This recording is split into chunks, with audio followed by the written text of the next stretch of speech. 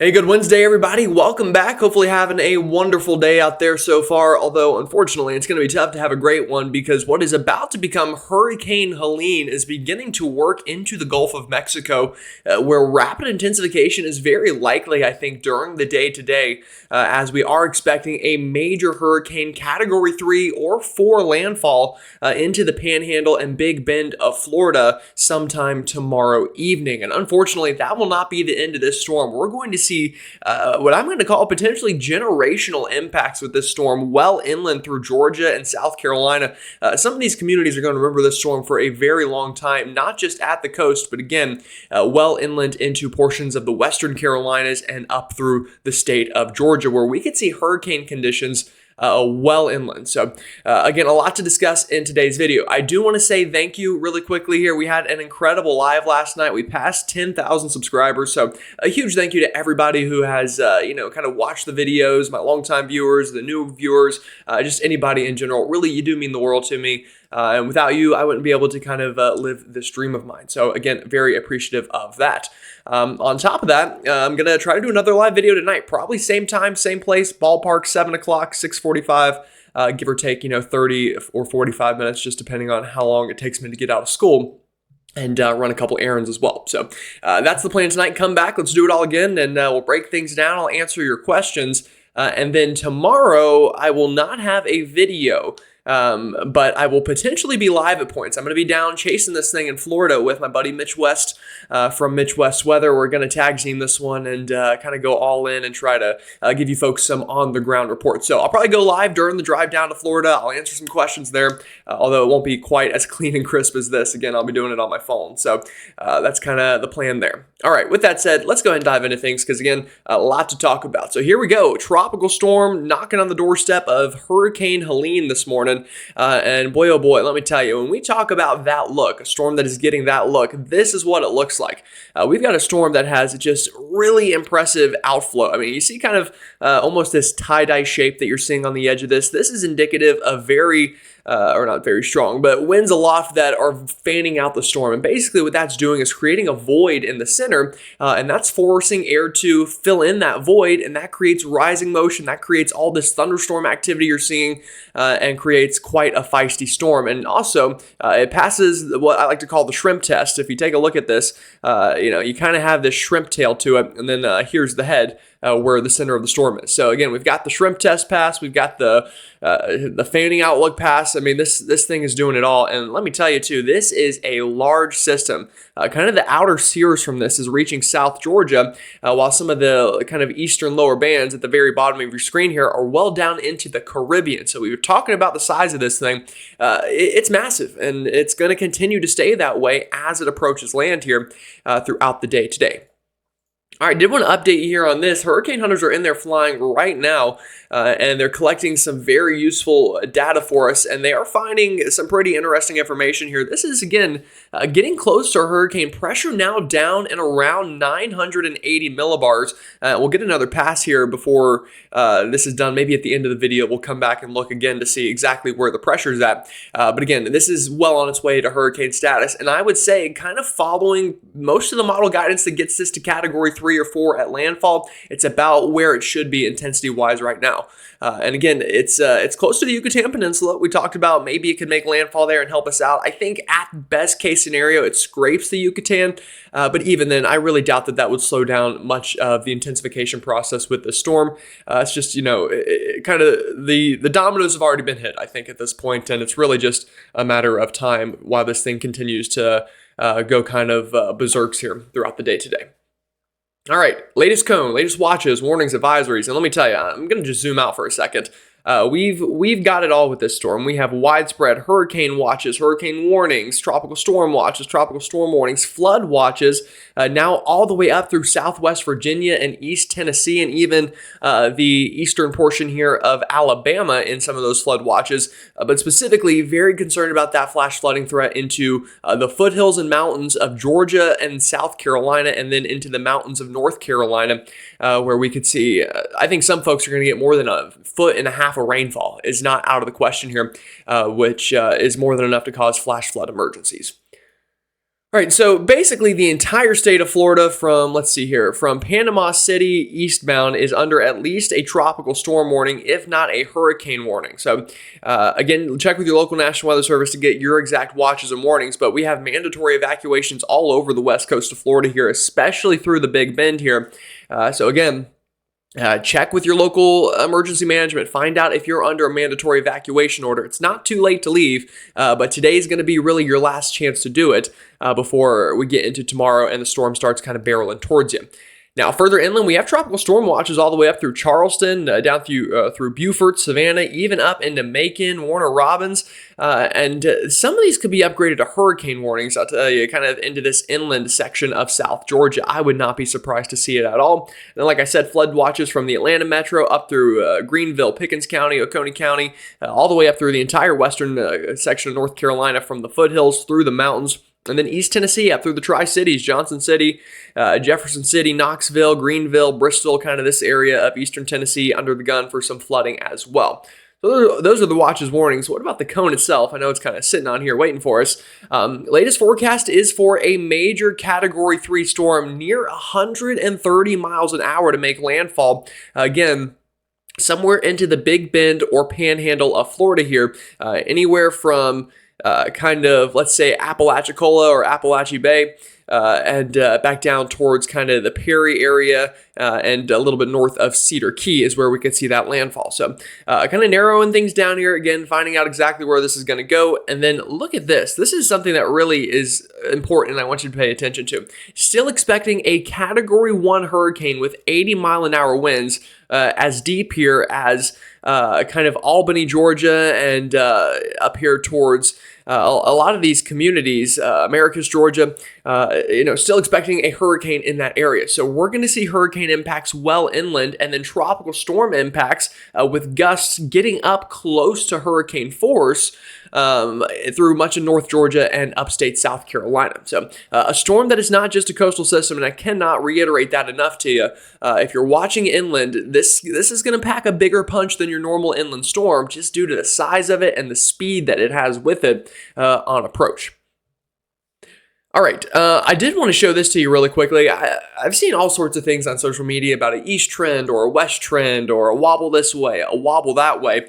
And you're going to see that, but really the key to forecasting here is making a forecast and sticking to it until you see a big time trend in one way or the other. And we just haven't really seen that. And my forecast has been for a landfall. I can go back on the other map real quick to show it to you. My forecast has been for a Category 3 or 4 storm for multiple days now to landfall somewhere here from Tallahassee kind of here into the Big Bend. That's kind of been my thinking, and I'm sticking to it, and that's in the NHC cone. So again, I think that region is the most likely to see a landfall, and you can even see this on kind of some of our ensembles. I'm going to blow this up really quickly.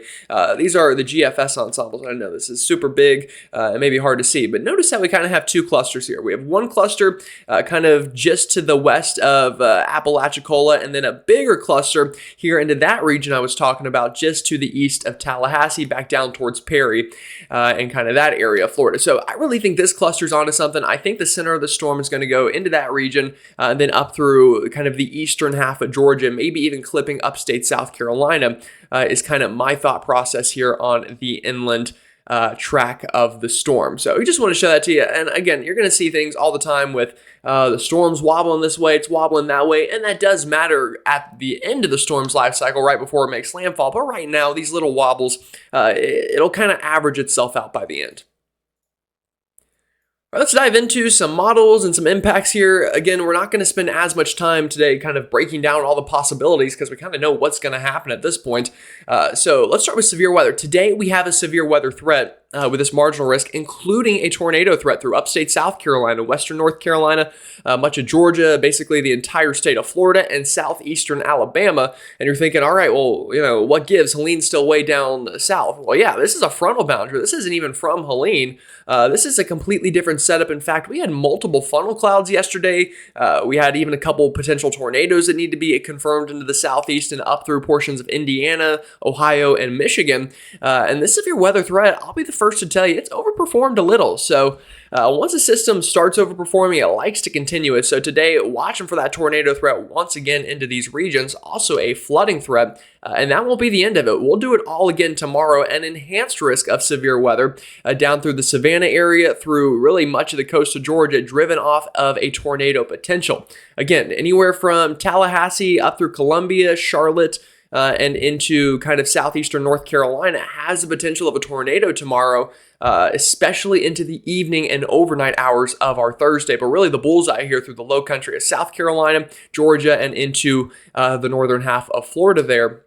And then that big bullseye over Savannah, and that won't be the end of it. Friday, another marginal risk of severe weather here into eastern North Carolina, Wilmington, Raleigh, back up towards Virginia Beach, Roanoke, into Elizabeth City, and kind of there through the Sandhills of North Carolina. So again, tornado threat is going to be a potential with Helene on top of the frontal boundary that we're currently seeing kind of impacting the storm. All right, let's go ahead and kind of give you a quick, brief timeline of the storm, and then we're going to dive in a little bit more specifically on potential impacts here. But here we go. Latest GFS model. Conditions are going to begin to go downhill. The storm strengthening over the Gulf of Mexico, and then landfall sometime probably Thursday evening. I think right around 8 p.m., give or take 2 or 3 hours. In that ballpark, we're going to see landfall. And then the storm moves inland overnight Thursday into the early morning hours of Friday's hurricane conditions well inland into South Georgia, and then widespread tropical storm conditions with a flash flooding concern through the western Carolinas and northeast Georgia by the time we get into the wee hours of Friday morning. And then by Friday afternoon, this is working all the way up over to Kentucky, bringing some rain that way, and then kind of fizzling out during the overnight. By the time we get to Saturday afternoon, just some scattered showers left around, but the wind threat and the flooding threat should begin to subside outside of whatever creeks and streams have already come out of their banks. All right, let's time this out a little bit more in depth for you, starting really right now. So this afternoon, I mentioned we've got this stalled out frontal boundary here over portions of Georgia, Alabama, Tennessee, right into this region. And unfortunately, what's going to happen is we're getting a lot of Gulf and Atlantic moisture to kind of ride up and near this boundary. We're going to see some storms begin to fire right here into this region. Again, this is why we have that tornado threat today. These storms do have the potential to rotate, but more importantly, is the flooding threat that comes with this. This is this afternoon and evening, obviously all the way down into Florida. Already seeing those showers and storms from kind of the way outer bands of Helene here, which could bring a tornado threat today. Again, watch for that. And some gusty winds as well. But look at the flooding threat that begins to develop through North Georgia, western South Carolina, specifically Oconee, Pickens, Anderson County, that region along the I-85 corridor north, and then into western North Carolina. We just get round after round after round of heavy rainfall through this afternoon and into the overnight tonight. So things are really beginning now with this storm system. And look at this. I mean, we've got heavy rain beginning to work into Florida, that tornado threat increasing overnight tonight into tomorrow.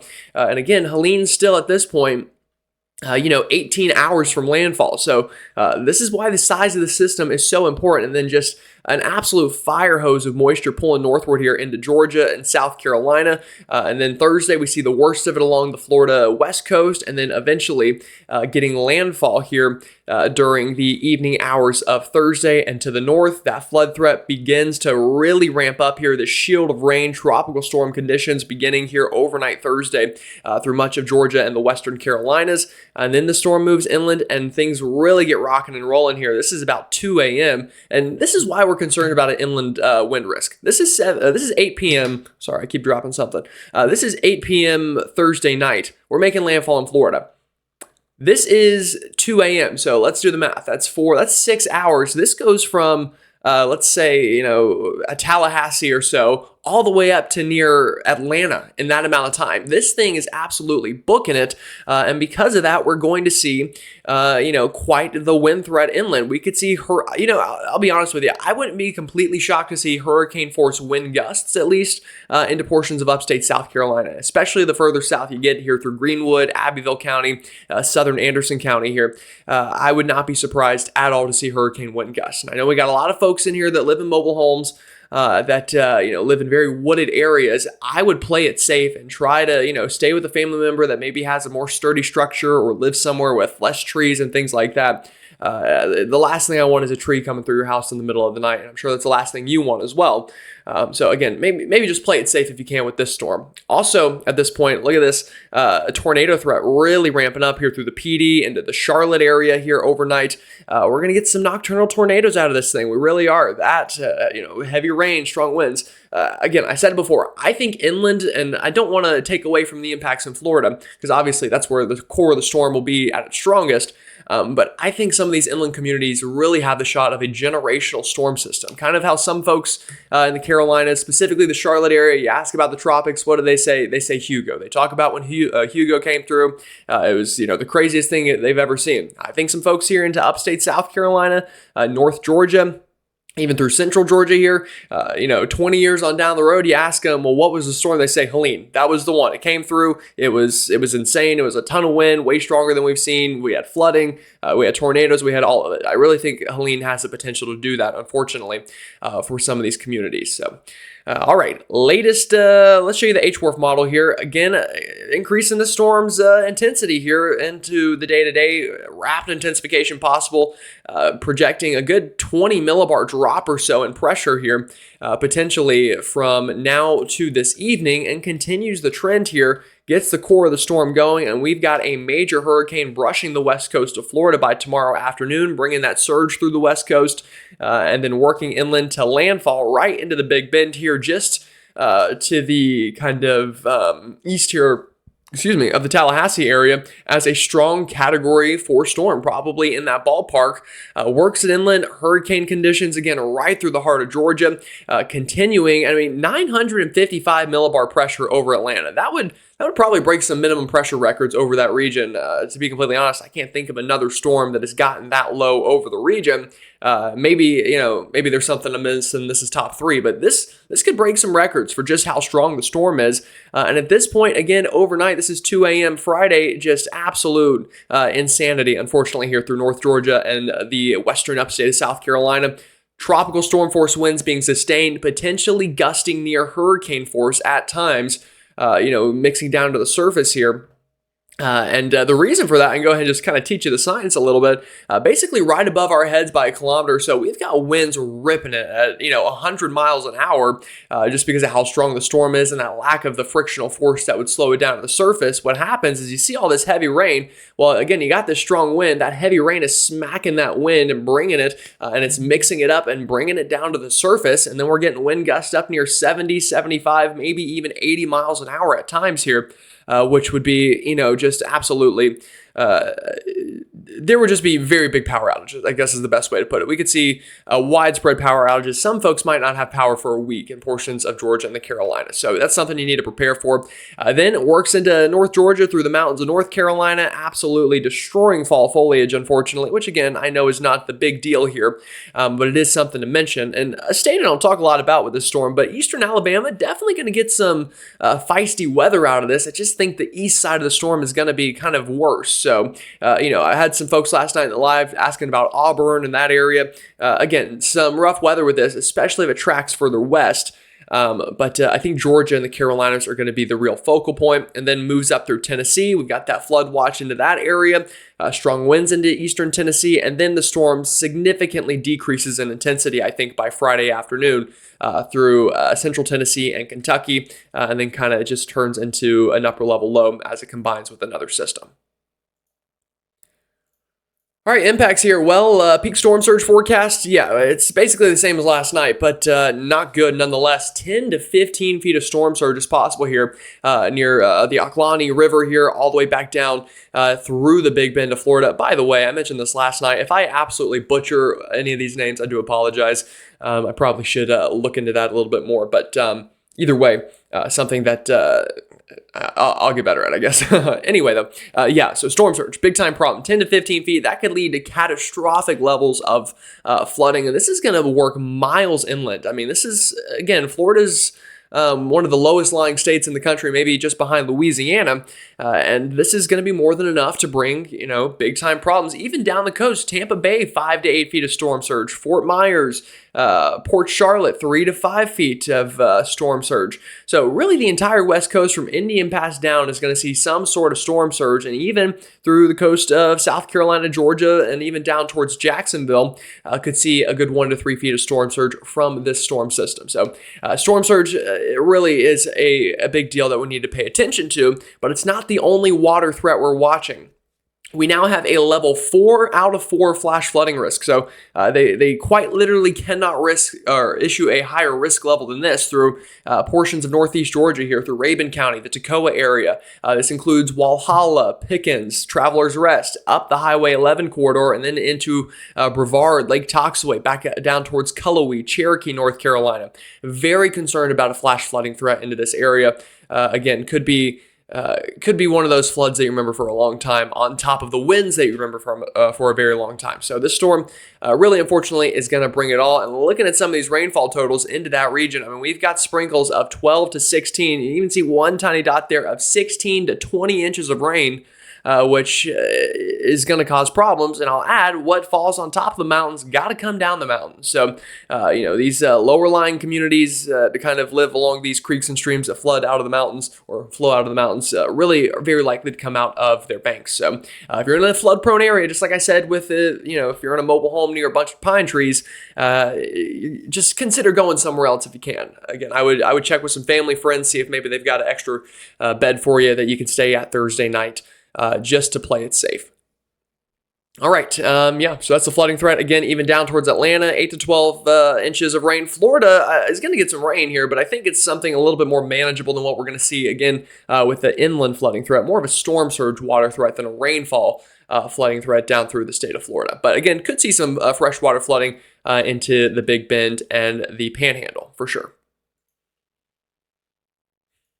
All right, wind gust, something that obviously a lot of people care about here. Well, it's really going to begin to go downhill tomorrow morning. Winds beginning to gust into tropical storm strength through much of the Florida peninsula.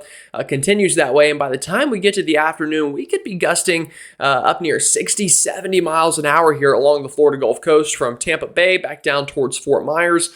Again, seeing some very strong winds, and this is when the storm surge will really begin to increase. Those totals I showed you along the west coast from Tampa Bay southbound, this is probably when you're going to see it Thursday afternoon and evening before here comes landfall. And this is when winds are going to be beginning to gust past 100, 120 miles an hour at times here into the Big Bend region of Florida.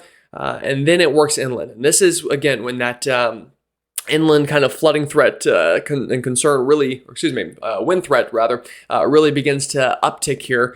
This is getting, let's see here if I can do math. This is getting near midnight here, Thursday into Friday, maybe even a little bit before that, probably more like 11 p.m. Winds gusting, again, up near 100 miles an hour at times through South Georgia into the Florida, Big Bend, and then crossing into Georgia. Look at this again, this big swath of wind. This is going to be the killer. Or maybe not, it could be literally, unfortunately, as well. But this is going to be what, a lot of people really feel into this region. And wherever the center of the storm goes, again, I'll draw the center. This is going to be exactly to the right of it on your map or to the east of it.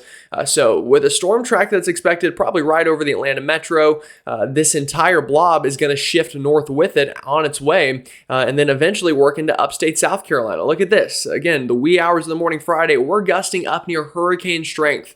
In fact, we're clocking in at 76 mile an hour wind gusts in Anderson, the Clemson area, Greenville, Spartanburg, gusting up near 60, 65, Columbia gusting near 60, Charlotte gusting up near 50, 55. That continues to work inland here. And even on the backside here, some strong winds as, the storm continues to pull away here through the upstate along the I-85 corridor. It's going to bring down trees. It's going to bring down power lines. It's going to cause problems.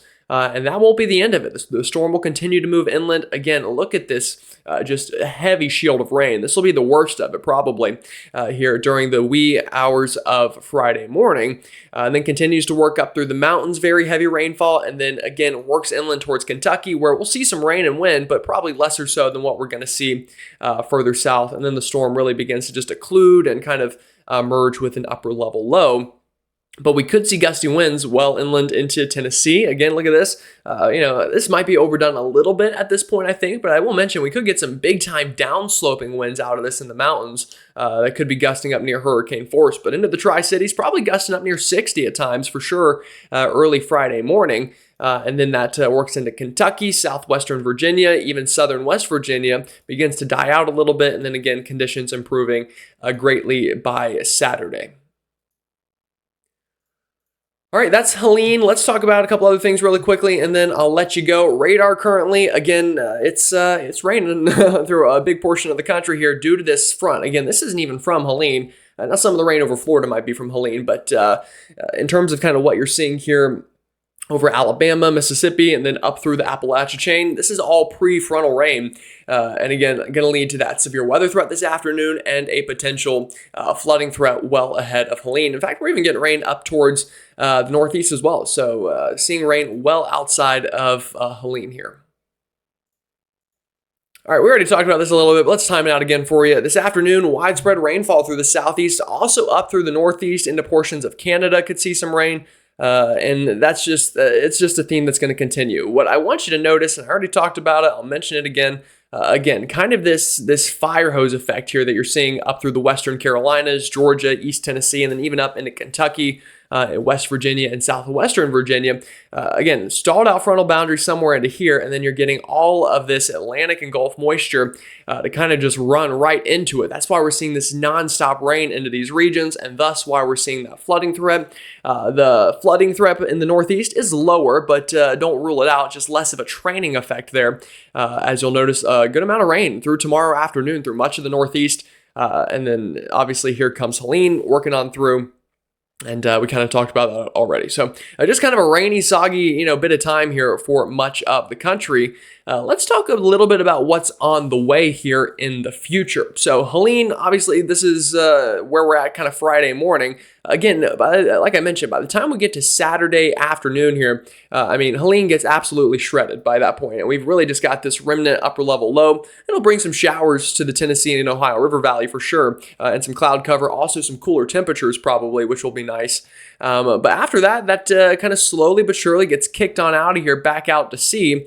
And then there are signs that potentially later next week we could get a pretty impressive little troughing feature to kind of set up shop here and try to swing on through the northern tier of the country, specifically the Great Lakes and Northeast. So that could bring some rain and some much more fall-like weather on down the road. And then there's signs that we could really begin that trend of some troughing re-entering the east, which will get us back to fall. I know it's felt so much like summer recently.